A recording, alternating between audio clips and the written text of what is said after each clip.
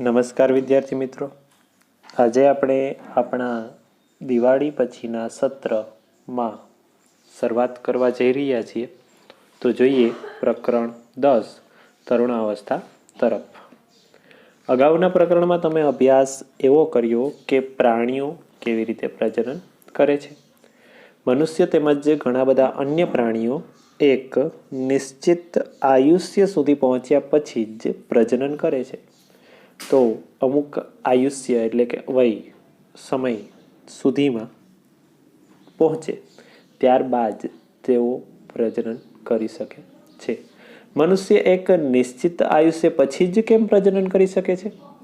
તો આ પ્રકરણમાં તમે આવા માનવ શરીરમાં થતા એવા પરિવર્તનોનો અભ્યાસ કરશો કે જેના પછી તે પ્રજનન માટે સક્ષમ બને છે. તો અમુક પ્રજનન બાબતેના જે પ્રશ્નો છે તે પ્રશ્નોનું નિરાકરણ આપણને આ પ્રકરણમાં મળશે. પ્રકરણ 9માં તમે મનુષ્યના પ્રજનન અંગો વિશે અભ્યાસ કરી ચૂક્યા છો. આ પ્રકરણમાં આપણે એવા અંતઃસ્ત્રાવો વિશે ચર્ચા કરીશું કે જે બાળકમાં થનારા પરિવર્તનોમાં મહત્વની ભૂમિકા ભજવે છે. તો આ પ્રકરણ 9 જે છે તેમાં આપણે મનુષ્યના પ્રજનન અંગો વિશે તો અભ્યાસ કરી જ ચૂક્યા છીએ, પરંતુ અત્યારે જે ચાલુ છે તે પ્રકરણમાં આપણે અંતઃસ્ત્રાવો વિશે ભણીશું અને ચર્ચા કરીશું કે જે બાળકમાં થનારા પરિવર્તનોમાં મહત્વની ભૂમિકા ભજવે છે, જેના કારણે બાળકનો વિકાસ થાય છે અને તે પુખ્ત બની જાય છે. જોઈએ તરુણાવસ્થા તેમજ યૌવન આરંભ. બુજો તેનો 12મો જન્મદિવસ ઉજવી રહ્યો હતો. મિત્રોના ગયા બાદ બુજો અને પહેલી પોતાના માતા પિતા સાથે વાતો કરવા લાગ્યો. ત્યારે પહેલી એક કન્યા વિદ્યાલયમાં અભ્યાસ કરે છે અને તે એક વાત પર હસવા લાગી અને તેણે ટિપ્પણી કરી કે બુજોના કેટલાક મિત્રો કે જેઓને તે 1 વર્ષ બાદ મળી હતી તેઓની ઊંચાઈ એકાએક વધી ગઈ હતી અને તેમાંથી કેટલાકને તો મૂછો પણ ઉગવાની શરૂઆત થઈ જવાના કારણે તેઓ કાર્ટૂન જેવા દેખાતા હતા, એટલે કે હાસ્યાસ્પદ લાગતા હતા. તેની માતાએ તેને સમજાવ્યું કે છોકરાઓ મોટા થઈ ગયા છે. જન્મના સમયથી જ વૃદ્ધિ ચાલુ થઈ જાય છે, પરંતુ 10 કે 11 વર્ષના આયુષ્ય પછી વૃદ્ધિમાં એકાએક ઝડપ આવી જાય છે.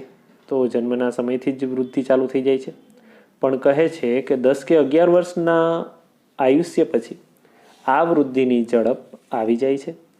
વૃદ્ધિ દેખાવા લાગે છે અને શરીરમાં થનારા પરિવર્તન વૃદ્ધિ પ્રક્રિયાનો એક ભાગ છે. તે આ બાબતનો સંકેત છે કે તમે હવે બાળક રહ્યા નથી, પરંતુ તમે પુખ્તાવસ્થામાં પ્રવેશવા તરફ જઈ રહ્યા છો. તો બુજો પ્રશ્ન કરે છે કે શરીરમાં જોવા મળતા આ પરિવર્તનની સમય મર્યાદા ક્યાં સુધીની હોય છે? હવે પહેલી કહે છે કે જીવનનો આ અલગ જ પડાવ છે એટલે કે અમુક સમયગાળો છે જેમાં તમે બાળક પણ નથી રહ્યા અને પુખ્ત પણ નથી બન્યા.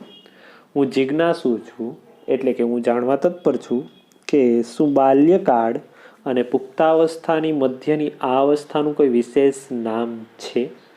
તો હા, તેને તરુણાવસ્થા કહેવાય, કે જેમાં વ્યક્તિ બાળકથી આગળ વધેલી છે અને પુખ્ત બનવાને હજી સમય છે. તો આ વચ્ચેના સમયગાળાને તરુણાવસ્થા કહેવામાં આવે છે.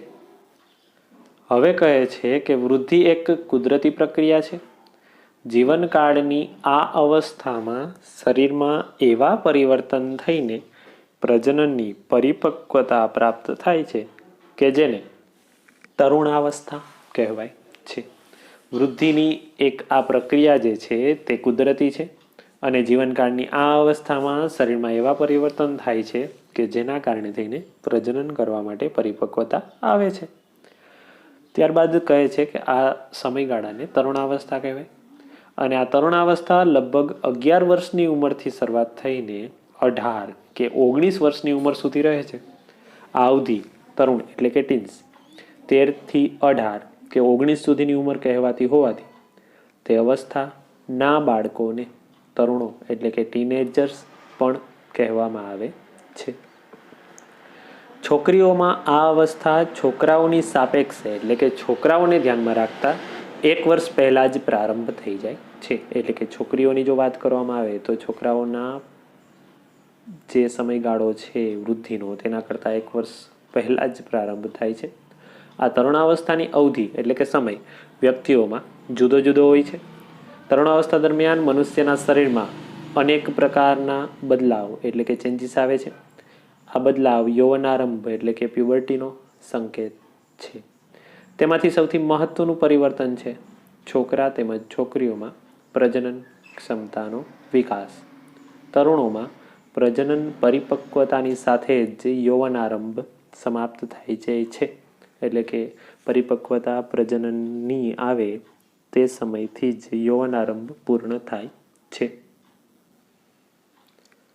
હવે પહેલી અને બુજોને અહેસાસ થાય છે કે ઊંચાઈમાં એકાએક વૃદ્ધિ એટલે કે ઊંચાઈ વધે છે, તેમજ છોકરાઓમાં પાતળી દાઢી અને મૂછનું ઉગવું આ બધું જ કિશોરાવસ્થાનું લક્ષણ છે.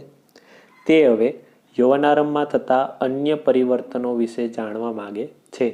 હવે તેઓને પ્રશ્ન થાય છે કે આ બધું તો સામાન્ય છે, પણ હવે જો યૌવનારંભ થાય તો ત્યારે અન્ય પરિવર્તનો કેવા આવે છે? કહે છે યૌવનારંભમાં થતો ફેરફાર, જેમાં પ્રથમ છે ઊંચાઈમાં વધારો, ઇન્ક્રીઝ ઓફ હાઇટ. ઊંચાઈમાં એકાએક વધારો યૌવનારંભ દરમિયાન થતો સૌથી મોટો દેખીતો બદલાવ છે કે જે આપણે અનુભવી શકીએ છીએ, જોઈ શકીએ છીએ. આ સમયે શરીરના લાંબા હાડકાઓ તેમજ હાથ અને પગના હાડકાઓની લંબાઈમાં વધારો થાય છે, જે વ્યક્તિને ઊંચો બનાવે છે. ઊંચાઈના તફાવત વિશે દર્શાવે છે કે શરૂઆતમાં છોકરીઓ છોકરાઓની સરખામણીમાં વધારે ઝડપથી વધે છે, પરંતુ લગભગ 18 વર્ષની ઉંમર સુધી બંને પોતાની મહત્તમ ઊંચાઈ પ્રાપ્ત કરી લે છે. એટલે કે વધુમાં વધુ ઊંચાઈ જેટલી પ્રાપ્ત કરવી જોઈએ તેટલી તેઓ પ્રાપ્ત કરી લે છે.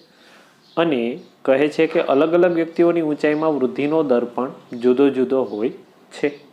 કેટલાક યૌવનારંભમાં તીવ્ર ગતિથી વધે છે, એટલે કે ઝડપથી વધવાની શક્યતા પણ છે, પણ ત્યારબાદ જો તેઓ ઝડપથી વધતા હોય તો ધીમે ધીમે તેઓની ગતિ ધીમી પડી જાય છે. અને જ્યારે કેટલાક ધીરે ધીરે જ વૃદ્ધિ પામે છે. હવે પહેલી કહે છે કે હું ચિંતિત છું કે હું ઊંચી થઈ ગઈ, પરંતુ શરીરની તુલનામાં મારો ચહેરો નાનો દેખાય છે.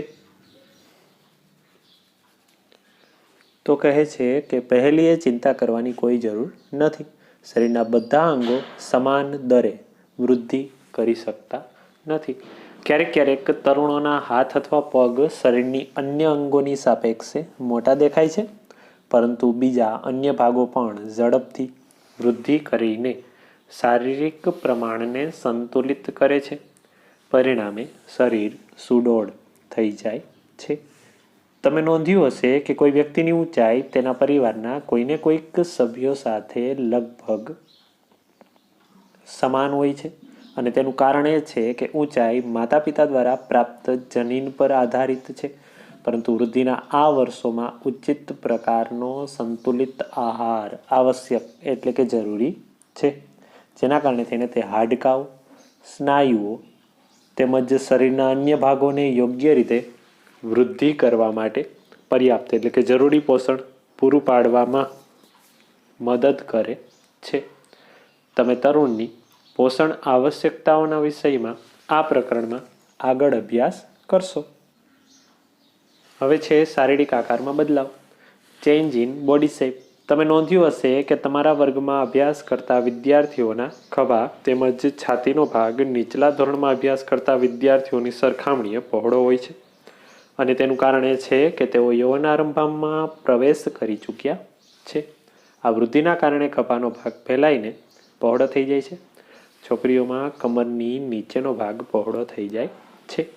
વૃદ્ધિના કારણે છોકરાઓમાં શરીરના સ્નાયુઓનો વિકાસ છોકરીઓના વિકાસની સરખામણીએ વધુ હોય છે. અર્થાત તરુણાવસ્થામાં છોકરા અને છોકરીઓમાં જોવા મળતા બદલાવ અલગ અલગ હોય છે.